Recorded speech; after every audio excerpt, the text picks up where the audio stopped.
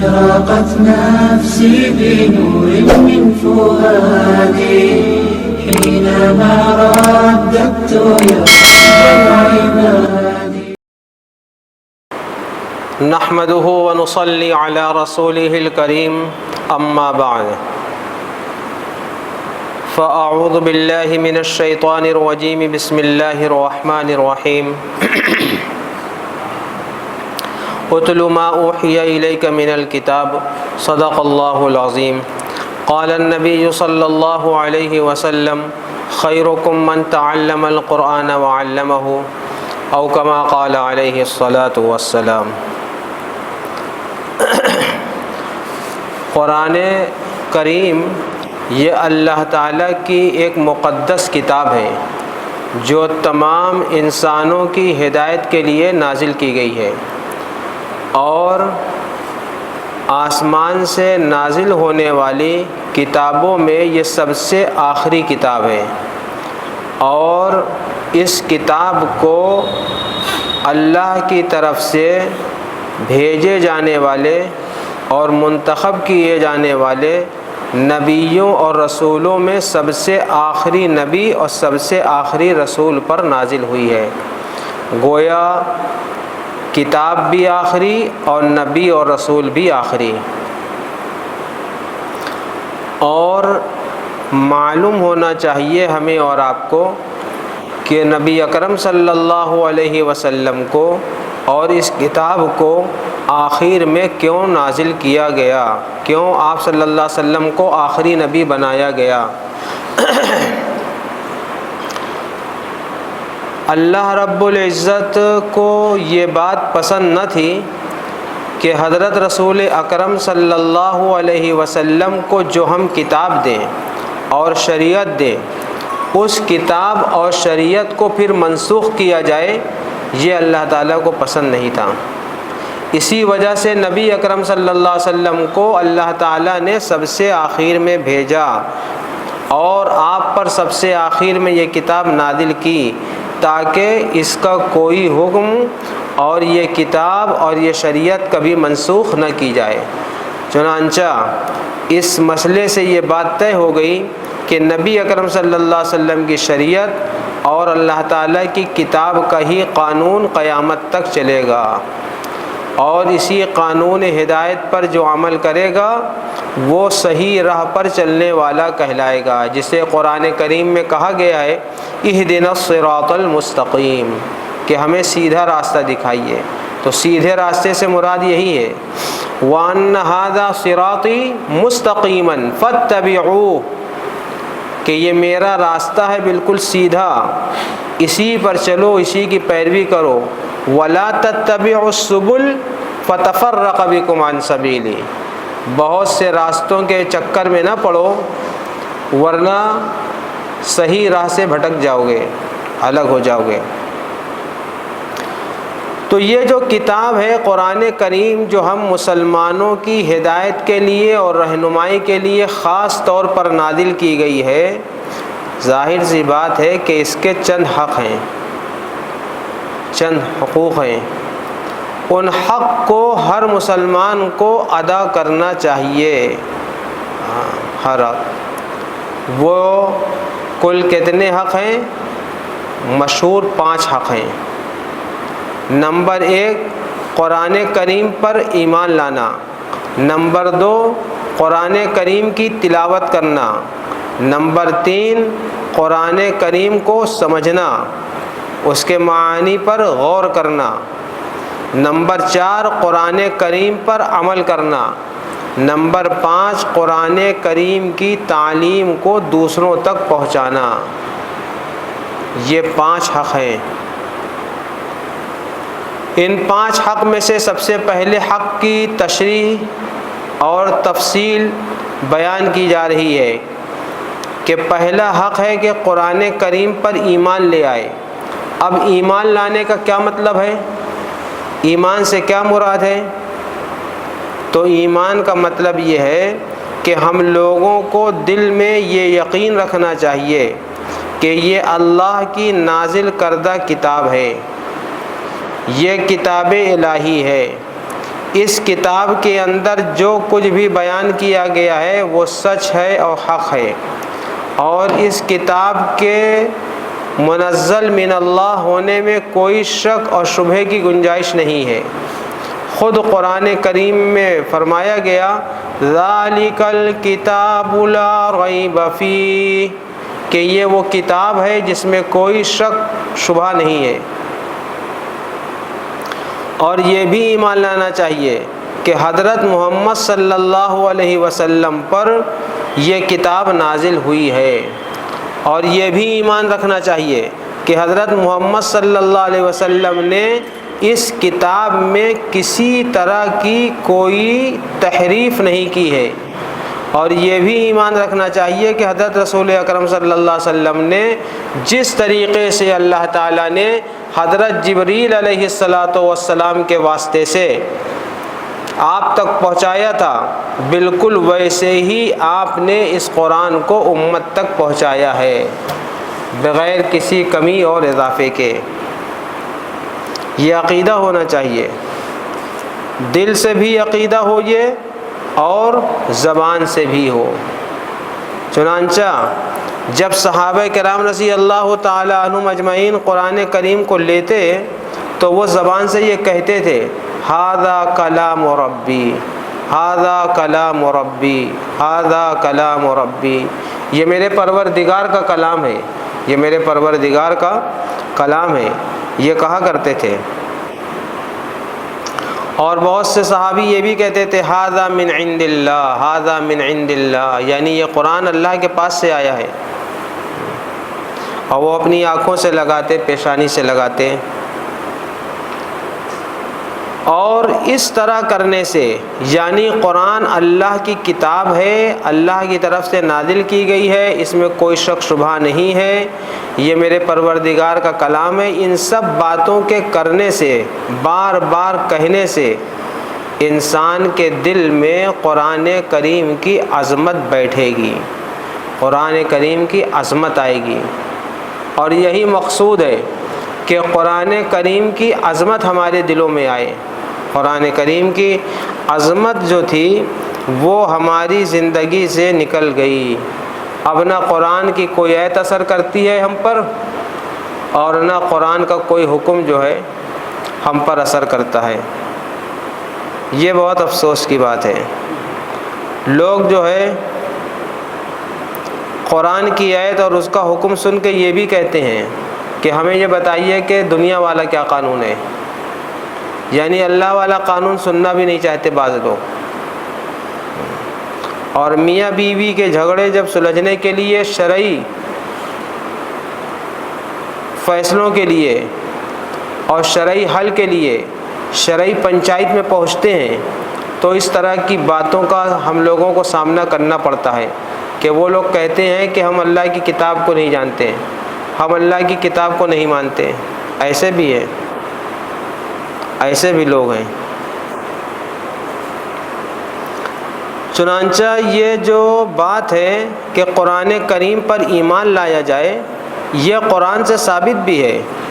قرآن کی ایک آیت تو یہی ہے آمن الرسول بما انزل الیہ من ربہ والمؤمنون، کہ رسول بھی ایمان لائے اس کتاب پر جو ان کی طرف نازل کی گئی، اور جو ہے مومنین بھی ان کے ساتھ جو ہے ایمان لے آئے۔ اور جو ہے ایک جگہ اور ہے قرآن کریم میں یا ایھا الذین آمنوا آمنوا باللہ ورسولہ والکتاب الذی انزل من قبل، کہ اے ایمان والو ایمان لے آؤ اللہ پر اور اس کتاب پر جو اس سے پہلے نازل ہوئی۔ تو ایسا نہیں ہے کہ جو لوگ ایمان لا چکے ہیں ان کو ایمان لانے کی ضرورت نہیں ہے، تجدید ایمان بہت ضروری ہے۔ صحابہ جو ہے کہتے ہیں کہ ہم لوگ اپنے ایمان کی تجدید کرتے تھے، کہتے تھے تعال نجدد ایماننا، آؤ ہم لوگ ایمان کی تجدید کریں۔ حضرت مولانا مفتی عبدالقدوس رومی صاحب کے پاس ایک جوڑا آیا میاں بیوی کا، اس نے اپنا نکاح پڑھوایا، اور جو ہے میں ان سے ملنے گیا تو وہ بہت خوش تھے، کہہ رہے تھے کہ آج ایک ایسا جوڑا آیا جس نے اپنے نکاح کی تجدید کی، اور تجدید یہ کہہ کے کی کہ پتہ نہیں زندگی میں کون سا جملہ زبان سے نکلا ہو اور ہمارا نکاح ختم ہو گیا ہو۔ تو پہلے جو ہے ایمان کی تجدید کی، کلمہ پڑھا، اور اس کے بعد جو ہے نکاح جو ہے دوبارہ پڑھا۔ تو ایسے بھی مسلمان موجود ہیں دنیا میں، چاہے ایک ہی ہو دو ہی ہوں، لیکن ہیں۔ ہر نیک کام جو اللہ تعالیٰ نے قرآن میں یا نبی کریم صلی اللہ علیہ وسلم نے شریعت کے ذریعے بتایا ہے، اس پر عمل کرنے والے دنیا میں ہیں۔ یہ الگ بات ہے کہ اتنے کم ہیں کہ دکھائی نہیں دیتے، لیکن بہرحال ہیں۔ نبی کریم صلی اللہ علیہ وسلم نے ہی یہ حق بتایا ہے کہ قرآن کا ایک حق یہ ہے کہ اس کو یہ مانا جائے کہ وہ اللہ کی کتاب ہے، اور قرآن کریم میں ایسی بے شمار آیتیں ہیں جس میں یہ چیلنج کیا گیا ہے کہ اگر تمہارا دل یہ کہتا ہے کہ یہ اللہ کی کتاب نہیں ہے تو فاتو بصورۃ من مثلہ، تمہیں کھلا چیلنج ہے کہ تم اس جیسی کوئی صورت بنا کر لے آؤ، کھلا چیلنج ہے۔ کہیں پہ ہے فاتو بعشر سور مثلی، کہ 10 صورتیں لے آؤ، اور کہیں پہ ہے کہ ایک چھوٹی سے چھوٹی صورت بنا کے دکھاؤ۔ تو سچائی یہ ہے کہ کوئی بھی بنا نہیں سکتا۔ بہت سے لوگوں نے کوشش کی، اتنا زبردست لوگ اسلام مذہب سے دشمنی بھی رکھتے ہیں اور حسد بھی رکھتے ہیں، اگر ان کے بس میں ہوتا تو یہ قرآن کوئی بنا دیتے۔ اور ابھی سنا ہے کہ امریکہ نے ایک قرآن جو ہے تیار کیا ہے، اور اس قرآن کا انگریزی میں کچھ اس طرح سے نام رکھا ہے جس کا مفہوم یہ ہے کہ تمام مذاہب کے درمیان اتحاد، اور وہ قرآن کریم چھپ بھی چکا ہے۔ اور ایک میرے پاس میسج آیا ہے جس میں لکھا تھا کہ وہ کویت میں بڑھ بھی رہا ہے، تقسیم بھی ہو رہا ہے، اور اس کا جو نام ہے اگر نیٹ پہ ڈالا جائے تو نیٹ پہ مل بھی جائے گا جو امریکہ نے لکھا ہے۔ تو ظاہر سی بات ہے کہ امریکہ نے جو لکھا ہے قرآن شریف، تو اس نے نام دیا ہوگا قرآن کا، لیکن وہ قرآن نہیں ہو سکتا۔ قرآن تو کہتے ہیں اللہ کے کلام کو، مخلوق کے کلام کو جو ہے قرآن نہیں کہتے۔ مخلوق کے، سمجھے آپ، مخلوق کے کلام کو قرآن نہیں کہا جا سکتا۔ ہاں، تو کوئی کچھ بھی لکھ ڈالے، اولاً تو اس کا کوئی جوڑ ہی نہیں ہے۔ اس سے پہلے جو ہے مسیلمہ کذاب نے جو ہے ایک قرآن کریم تیار کیا تھا، لیکن اس قرآن کا مذاق خود اس کے مریدوں نے اڑایا، خود اس کے ماننے والوں نے اڑایا۔ چنانچہ جو ہے نبی کریم صلی اللہ علیہ وسلم نے یہ فرمایا کہ قرآن کے ساتھ ایک شغف رکھا کرو اور اس کی طرف التفات کیا کرو، اور قرآن کریم کا حق الیقین حاصل کرو۔ حق الیقین یہ ہے کہ تم یہ یقین کرو کہ یہ اللہ کا کلام ہے۔ اور اگر ہم لوگ اپنے دلوں کو ٹٹولیں اور اپنے دل کی گہرائیوں میں جھانک کر دیکھیں تو ہمیں معلوم ہو جائے گا کہ واقعی ہمارے دلوں میں قرآن پر جو یقین ہونا چاہیے وہ نہیں ہے۔ ہمارے دل قرآن پر یقین سے یکسر خالی ہیں، یکسر خالی ہیں، اور ریب اور شک نے ہمارے دلوں میں ڈیرا ڈال رکھا ہے۔ یہی وجہ ہے کہ نہ ہمارے دلوں میں قرآن کی کوئی عظمت باقی رہ گئی ہے، نہ اس کے پڑھنے پر ہماری طبیعت آمادہ ہوتی ہے، اور نہ جو ہے اس میں غور و فکر کی طرف کوئی رغبت ہوتی ہے۔ ہم اپنے اندر بڑی کمزوری پاتے ہیں، بہت بڑی تعداد ایسی ہے لوگوں کی جو قرآن کریم کی تلاوت تک نہیں کرتی ہے، قرآن کریم کو چھوتی تک نہیں ہے، قرآن کریم کے قریب تک نہیں جاتی ہے۔ یہ بہت ہی افسوس کی بات ہے۔ اب قرآن کریم کا ایک دوسرا حق ہے، قرآن کریم کا جو دوسرا حق ہے وہ قرآن کریم کی تلاوت ہے۔ اب قرآن کریم کی تلاوت کے بارے میں لے لیجئے آپ، تو آپ دیکھ لیجئے کہ قرآن کریم کی لوگ کتنی تلاوت کرتے ہیں۔ پورے سال لوگ قرآن کریم کی تلاوت نہیں کرتے ہیں۔ بہت تھوڑے سے لوگ ہیں جو رمضان المبارک میں کر لیتے ہیں۔ پہلے مجھے یاد ہے، اسی مسجد کی بات میں بتا رہا ہوں، کہ لوگ اکثر آتے تھے اور کہتے تھے مجھے پارے کا ڈبہ چاہیے۔ تو ہم پوچھتے کیوں؟ تو کہتے ہیں کہ گھر میں کچھ لوگ بیٹھے ہیں قرآن کریم پڑھیں گے۔ وہ چاہے کسی کے مرنے کے بعد ہی پڑھا جائے، اور کبھی ایسا ہوتا تھا کہ نیا گھر بنتا تھا تب بھی لوگ پڑھتے تھے، لے جاتے تھے۔ تو ایک زمانہ تھا کہ قرآن کریم کے لوگ ڈبے مانگتے تھے، اور کبھی کبھی ایسا ہوتا تھا کہ 3 ہی 4 ڈبے تھے اور مانگنے والے زیادہ آ جاتے، تو ان کو کہا جاتا فلاں مسجد سے جا کے لے لو۔ لیکن اب حال یہ ہے کہ قرآن کریم کے پاروں کے ڈبے مسجد میں پہلے سے 10 گنا زیادہ ہو گئے، اور قرآن کریم کے پاروں کو پڑھنے والے لوگ ایک دم ختم ہو گئے، کوئی آتا ہی نہیں ہے۔ اب ایسا لگتا ہے کہ ہمارے جو مرنے والے لوگ ہیں بڑے نیک اور صالح ہیں، انہیں پڑھ کے بخشنے کی کوئی ضرورت ہی نہیں لگتی۔ پبلک کو یہ ضرورت ہی نہیں محسوس ہوتی کہ ان کو پڑھ کے کیا کیا جائے، بخشا جائے، تو پڑھتے ہی نہیں ہیں، بخشتے ہی نہیں ہیں۔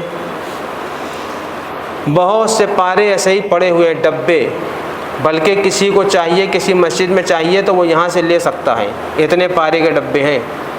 یہی حال قرآن کریم کا ہے کہ قرآن کریم بھی جو ہے رکھے رہتے ہیں، ان کو کوئی پڑھنے والا ہی نہیں ہے۔ حالانکہ نبی اکرم صلی اللہ علیہ وسلم کو خود قرآن کریم کی تلاوت کا حکم دیا گیا۔ 21واں پارے کا نام ہی ہے اتل ما اوحی۔ تو اتل ما اوحی کے معنی ہیں اتل ما اوحی الیک من الکتاب، اے نبی آپ تلاوت کریے اس کتاب کی جو آپ کی جانب بطور وحی یا بذریعہ وحی بھیجی گئی ہے۔ تو اس سے مراد قرآن کریم ہے، فعل امر ہے، یہ قرآن کریم کی تلاوت کا حکم کیا گیا ہے۔ اور ایسے ہی جو ہے اللہ تعالیٰ نے باقاعدہ قرآن کریم پڑھنے والوں کو جو ہے اچھا قرار دیا ہے۔ قرآن میں ہے کہ الذین یتلون تلاوتہ آناء اللیل و آناء النہار، کہ بہت سے لوگ ایسے ہیں جو دن اور رات دونوں اوقات میں قرآن کریم کی کیا کرتے ہیں، تلاوت کرتے ہیں۔ ایسے بھی لوگ ہیں، ان کی تعریف کی گئی ہے۔ اور اللہ تعالیٰ نے خود سورہ مزمل میں ہے وَرَتِّلِ الْقُرْآنَ تَرْتِیلًا، کہ آپ قرآن کی تلاوت کیا کریے ترتیل کے ساتھ۔ تو حکم ہوا ہے قرآن کریم کی تلاوت کا۔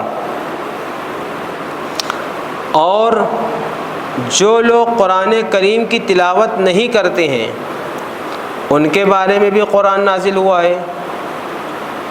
19ویں پارے میں ہے کہ اللہ کے رسول صلی اللہ علیہ وسلم بروز قیامت یہ فرمائیں گے، اللہ تعالیٰ کی بارگاہ میں عرض کریں گے یا ربی ان قوم اتخذوا هذا القرآن مہجورا، کہ اے میرے پروردگار میری قوم نے اس قرآن کو پڑھنا چھوڑ دیا۔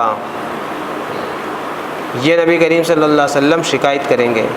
اب اندازہ لگائیے آپ کہ ہر مومن کا سب سے آخری جو سہارا ہے جہنم سے نجات اور خلاصی دلانے کا، وہ نبی کریم صلی اللہ علیہ وسلم کی شفاعت ہے۔ ورنہ اور نبی تو شفاعت سے انکار ہی کر دیں گے، سفارش نہیں کریں گے۔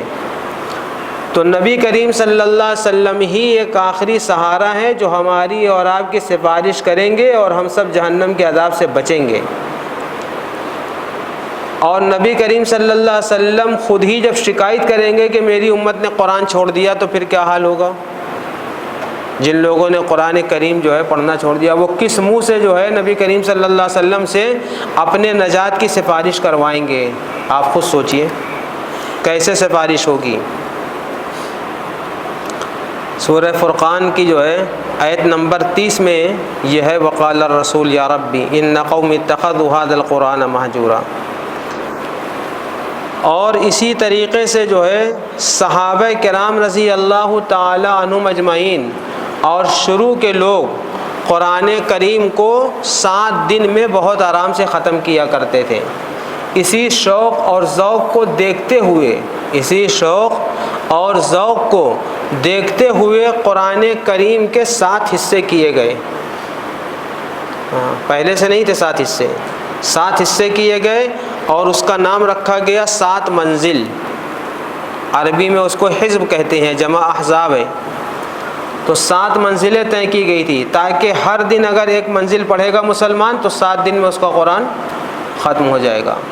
پھر مسلمانوں میں سستی آ گئی اور مسلمانوں کا قرآن کریم کا پڑھنا ایک منزل مشکل ہو گیا، دنیا میں پھنس گئے۔ تو پھر علماء نے قرآن کریم کو 30 حصوں میں تقسیم کیا، اور جب 30 حصوں میں تقسیم کیا تو ایک حصے کا نام عربی میں رکھا گیا جز، اور اردو میں ہم لوگ کہتے ہیں پارہ، تو گویا 30 پارہ بنایا گیا۔ تو 30 پارہ اس نیت سے رکھا گیا کہ مسلمان اگر قرآن ایک ہفتے میں ایک نہیں ختم کر سکتا تو کم سے کم ایک مہینے میں ایک قرآن بولیے ختم کر لے۔ اس نیت سے جو ہے اس میں پارہ بنایا گیا، پہلا پارہ، دوسرا پارہ، تیسرا پارہ۔ تو ہر مسلمان کو چاہیے کہ کم سے کم روزانہ ایک۔ اور پھر جو ہے یہ بھی مشکل ہو گیا تو اس کا نصف کیا گیا، ایک ہی پارے کے 2 حصے کیے گئے، یعنی نصف اول اور نصف ثانی، آدھا پارہ شروع کا آدھا پارہ آخر کا۔ تو اب یہ ہوا کہ کم سے کم اگر کوئی قرآن کریم ایک مہینے میں نہ ختم کر سکے تو کتنے دن میں ختم کر لے؟ آدھا پارہ پڑھ کے 2 مہینے میں ختم کر لے۔ 30 دونا 60، آدھا پڑھے گا 60 دن لگیں گے اور 30 پارے پورے ہو جائیں گے۔ پھر اسی طریقے سے اگر جو ہے اتنا بھی نہیں پڑھ سکتا ہے تو ربع پڑھ لے، تو ربع پڑھے گا تو پھر 60 دونا 120 دن ہو جائیں گے، 4 مہینے میں جو ہے اس کا قرآن ختم ہوگا۔ اور ہم سمجھتے ہیں کہ اس سے کم کا کوئی درجہ نہیں ہے۔ کم سے کم مسلمانوں کو تو 1 ربع تلاوت کر ہی لینا چاہیے، جبکہ تلاوت کا حکم اللہ تعالیٰ نے بھی دیا ہے اور نبی کریم صلی اللہ علیہ وسلم نے بھی دیا ہے۔ آپ صلی اللہ علیہ وسلم نے فرمایا کہ تم میں سب سے بہتر وہ ہے جو قرآن پڑھے بھی اور دوسروں کو پڑھائے بھی، جو قرآن سیکھے بھی اور قرآن کریم دوسروں کو سکھائے بھی۔ یہ جو عمل کرے گا بہت بہترین عمل ہے۔ جماعت میں ماشاءاللہ یہ عمل ہوتا ہے، 10 سورتوں کا مذاکرہ ہوتا ہے، جسے یاد رہتا ہے وہ دوسروں کو بتاتا اور سکھاتا ہے، اور جسے نہیں یاد رہتا ہے وہ اپنے یاد والے ساتھی سے سیکھتا ہے۔ تو یہ خیرکم من تعلم القرآن وعلمہ، بہترین شخص بننے کا ایک عمل جماعت میں نکل کر زندہ ہوتا ہے۔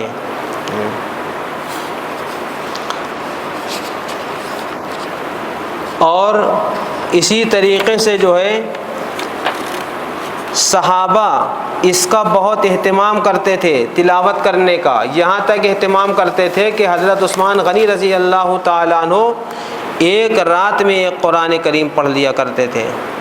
اور قرآن کریم کی تلاوت نبی کریم صلی اللہ علیہ وسلم اس طریقے سے کیا کرتے تھے کہ حدیث پاک میں الفاظ ہیں حتی یتورم قدماہ، کہ آپ کے دونوں قدم مبارک سوج جاتے تھے، پھول جاتے تھے، اتنا آپ کھڑے ہوتے تھے رات میں۔ صحابہ میں سے بعض نے کہا کہ غفر اللہ ما تقدم من ذنبک وما تاخر، کہ آپ کے اگلے اور پچھلے گناہ اللہ تعالیٰ نے معاف کر دیے ہیں، پھر بھی آپ پوری رات قرآن کریم کی تلاوت کرتے ہیں، عبادت کرتے ہیں، کھڑے ہو جاتے ہیں، اپنے آپ کو تھکاتے ہیں۔ تو نبی کریم صلی اللہ علیہ وسلم نے فرمایا افلا اکون عبدا شکورا، کیا میں شکر گزار بندہ اللہ کا نہ بنوں؟ یہ تو صحابہ بھی تلاوت کا اہتمام کرتے تھے، نبی بھی تلاوت کا اہتمام کرتے تھے، اس کے بعد کے لوگ بھی تلاوت کا اہتمام کرتے تھے، اور اب جو ہے ہم لوگ تلاوت کا اہتمام نہیں کرتے۔ ہاں کچھ لوگ بیچارے ایسے ہیں جو قرآن کی کوئی آیت لکھوا کے یا تو بازو میں باندھ لیتے ہیں یا گلے میں لٹکا لیتے ہیں، ہو سکتا ہے کہ وہ 1 پارے 2 پارے کے برابر ہوتی ہو تعویذ، سمجھے آپ، اور پھر یہ بھی آگے کہتے ہیں کہ تعویذ اثر نہیں کر رہی ہے، سمجھے آپ۔ تو بھیا تعویذ کیسے اثر کرے گی جب تمہارے دل پہ قرآن اثر نہیں کر رہا ہے؟ تو تعویذ کیسے اثر کرے گی؟ پہلے تو تمہارے دل پہ قرآن اثر کرے نا، تو پھر تمہارے جسم پر جو ہے تعویذ اثر کرے گی۔ ہاں جب دل ہی میں جو ہے کھوٹ ہے، کھول ہے، تو پھر جو ہے کوئی کتنی ہی تعویذ لکھ دے، اب پھر آدمی کہتا ہے کہ وہ صحیح تعویذ نہیں لکھے ہیں، یہ نہیں کبھی کہتا کہ ہم ہی صحیح نہیں ہیں۔ قرآن کریم میں ایک جگہ اللہ تعالیٰ نے اور فرمایا نبی کریم صلی اللہ علیہ وسلم سے سورہ کہف میں وَاتْلُ مَا أُوحِيَ إِلَيْكَ مِنَ الْكِتَابِ وَاتْلُ مَا أُوحِيَ إِلَيْكَ مِنْ كِتَابِ رَبِّكَ، کہ آپ قرآن کریم کی تلاوت کیا کیجئے جو آپ کی طرف آپ کے پروردگار کی کتاب بھیجی گئی ہے۔ ہاں قرآن کریم کی تلاوت کا اہتمام کریے۔ اس سے معلوم ہوا کہ قرآن کریم کی تلاوت مسلسل کرتے رہنا ضروری ہے، مسلسل، صرف رمضان میں نہیں بلکہ رمضان کے علاوہ جو 11 مہینے ہیں اس میں بھی قرآن کریم کی تلاوت کرنا چاہیے۔ انسان کے دل پر گناہ کرنے کی وجہ سے زنگ لگ جاتا ہے، اور انسان کا جو زنگ ہے وہ چھوٹتا ہے قرآن کریم کی تلاوت سے۔ اگر قرآن کریم کی تلاوت ہوگی تو دل کا زنگ کیا ہو جائے گا؟ دور ہو جائے گا، دل کا زنگ صاف ہو جائے گا۔ لیکن لوگ جو ہے چاہتے ہی نہیں ہے کہ ان کے دل کا زنگ دور ہو، سمجھے آپ۔ جلا وہا، قرآن کریم کی جو تلاوت ہے وہ جلا ہے، وہ زنگ کو دور کرتی ہے۔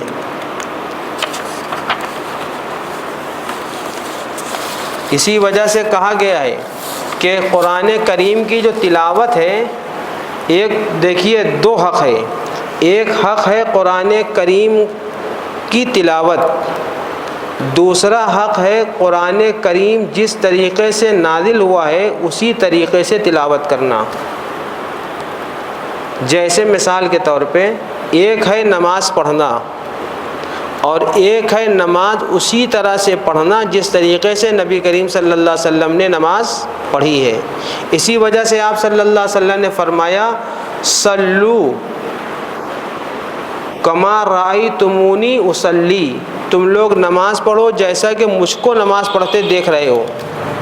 ایسے ہی آپ نے فرمایا قرآن کریم کی تلاوت کے بارے میں کہ تم لوگ قرآن کریم کی تلاوت کرو ایسے ہی کما انزل القرآن، جیسے قرآن نازل کیا گیا ہے۔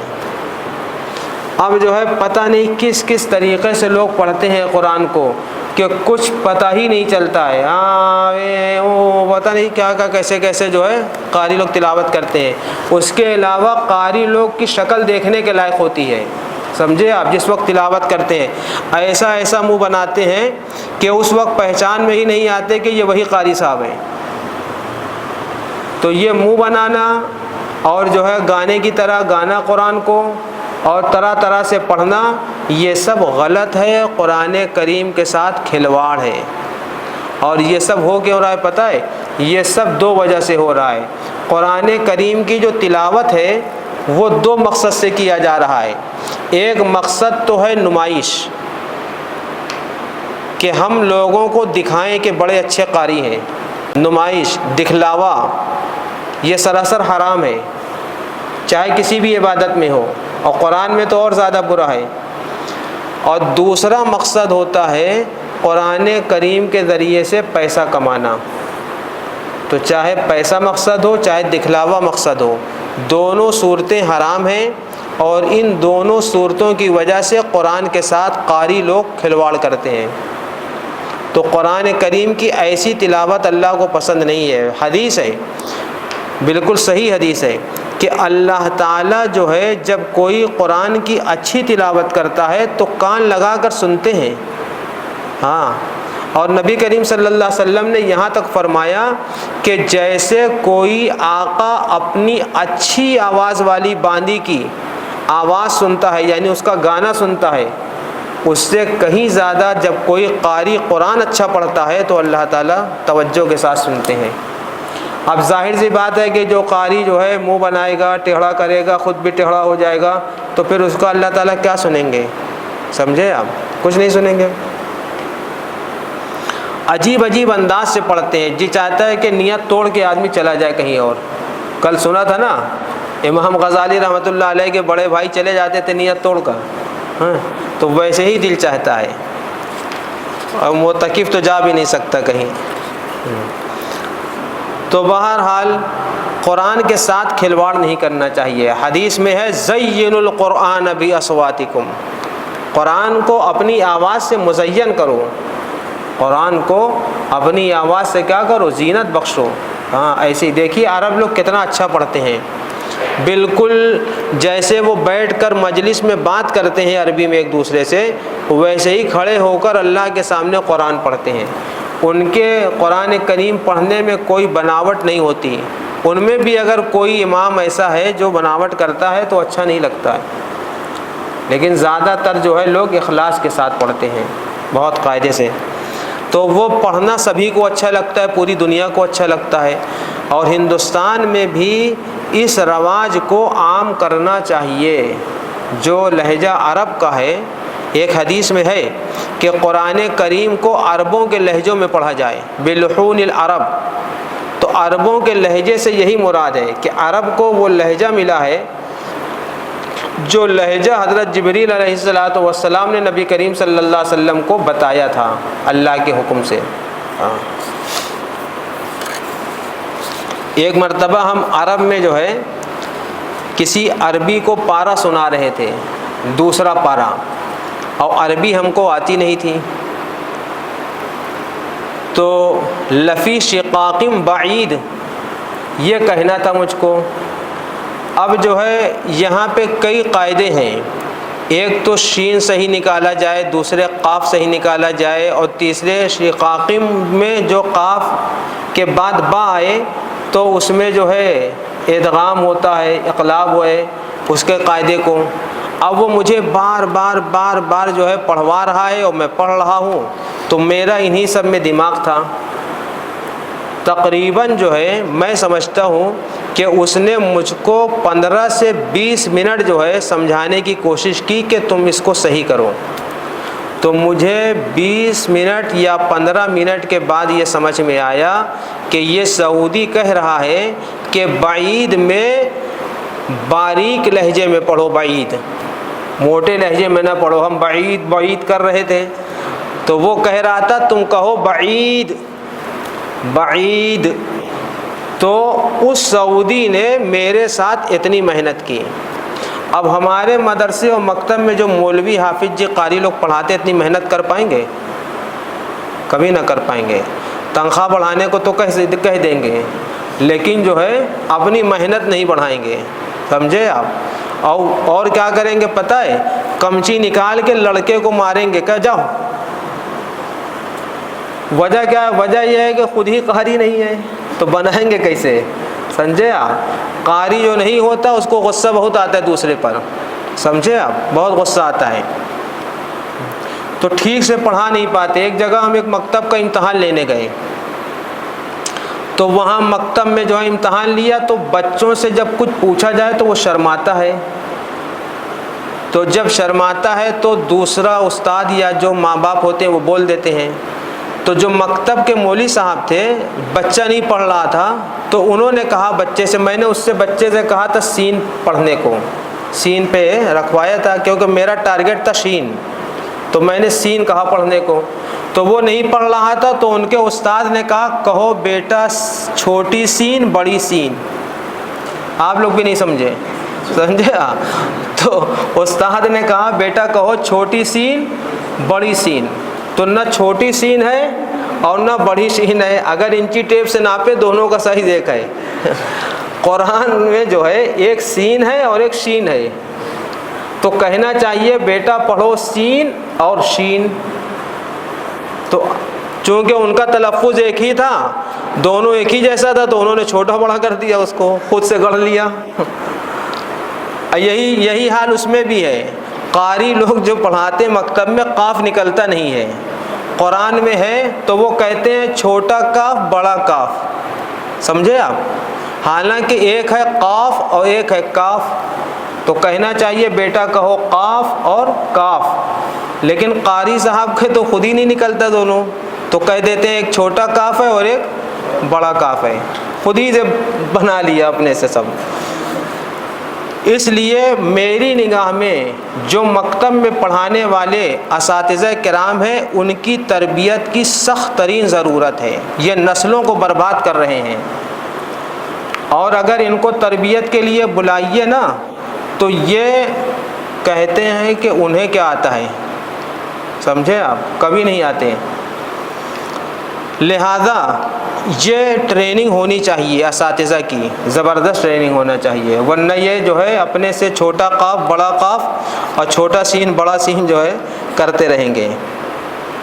ایک ہمارا بیٹا ہے، تو ہمارے بیٹے نے 2 مرتبہ استاد سے مار کھائی، بہت غور سے سنیے گا، 2 مرتبہ استاد سے مار کھائی، ہماری بیوی نے ہم سے کہا،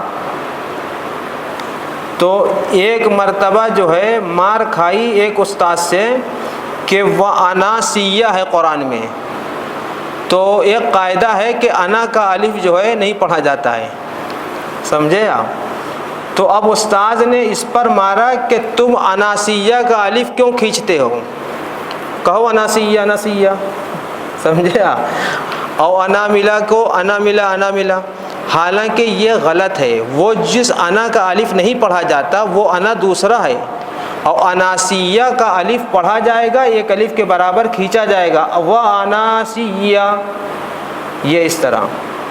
اور جب اس کو میں نے دوسرے استاد کے پاس بھیجا تو اس نے اس پر مارا کہ تم جو ہے کھینچ کیوں نہیں رہے، سمجھے۔ اب ان دونوں میں سے ایک تو اناڑی تھا نا، ایک قاری تھا اور ایک کیا تھا، اناڑی تھا۔ تو ان لوگوں کی تربیت کی سخت ترین ضرورت ہے، اور میری خواہش ہے عید بعد جو ہے ہم عورتوں کو بھی ٹریننگ دیں گے انشاءاللہ، خواتین کو بھی، اور جو ہے مردوں کو بھی دیں گے۔ لہذا آپ لوگ اپنا تیار رکھیے کہ کس کو ٹریننگ دلوانا ہے، آپ کے گھر میں ایسی عورتیں ہوں جو قرآن پڑھا سکتی ہوں تو اب ان کو ٹریننگ دے کے آگے بھیجیں گے، 10 پھر ان کے نیچے عورتیں رہیں گی، وہ سیکھیں گی پڑھائیں گی۔ بہرحال یہی مجھے عرض کرنا تھا، بات لمبی ہو گئی ہے، باقی انشاءاللہ آئندہ کہ قرآن کریم کی ایک تو تلاوت کیا جائے اور دوسرے صحیح تلاوت کیا جائے۔ دیکھیے جو یہ کہا گیا ہے کہ ہر حرف پر 10 نیکی ملے گی، کئی نیکی ملے گی، ہر حرف پر 10 نیکی، تو جب آپ حرف ادا کریں گے تبھی تو نیکی ملے گی، جب شین کو چھوٹا سین کر دیں گے اور بڑا سین کر دیں گے تھوڑی نہ نیکی ملے گی، ہا کو ہا کر دیں گے، ہا کو ہا کر دیں گے تو تھوڑی نہ ملے گی نیکی۔ بھائی اگر ہم اے کو الف پڑھیں گے اور با کو بی پڑھیں گے تھوڑی نہیں نیکی ملے گی، با کو با پڑھیے، تا کو تا پڑھیے تب نیکی ملے گی۔ لہذا اگر ہر حرف پر 10 نیکی چاہیے تو قرآن کریم کے 29 حروف کو صحیح کیا جائے۔ ایک نورانی قاعدہ جو ہے اللہ تعالیٰ نے اپنے فضل سے میرے ذریعے تیار کرایا ہے، بہت زبردست قاعدہ ہے، وہ ظاہر میں بھی اچھا ہے، باطن میں بھی اچھا ہے، تعلیم میں بھی اچھا ہے، اس کو آپ لوگ لیجئے، پڑھیے، پڑھائیے، اس کو انشاءاللہ ہندی انگریزی سب میں کریں گے ہم، بہت زبردست ہے وہ۔ اس سے قرآن کریم کا پڑھنا جو ہے مردوں عورتوں کے لیے کیا ہو جائے گا؟ بہت آسان ہو جائے گا۔ یہ سب باتیں جو میں بیان کرتا ہوں یہ بہت کام کی ہیں۔ یہ مجلس جو ہے اس لیے ہے کہ ہم کو بھی فائدہ ہو اور آپ کو بھی فائدہ ہو، اسی لیے چھوٹی چھوٹی سادی باتیں آپ کے سامنے پیش کی جاتی ہیں تجربے کی۔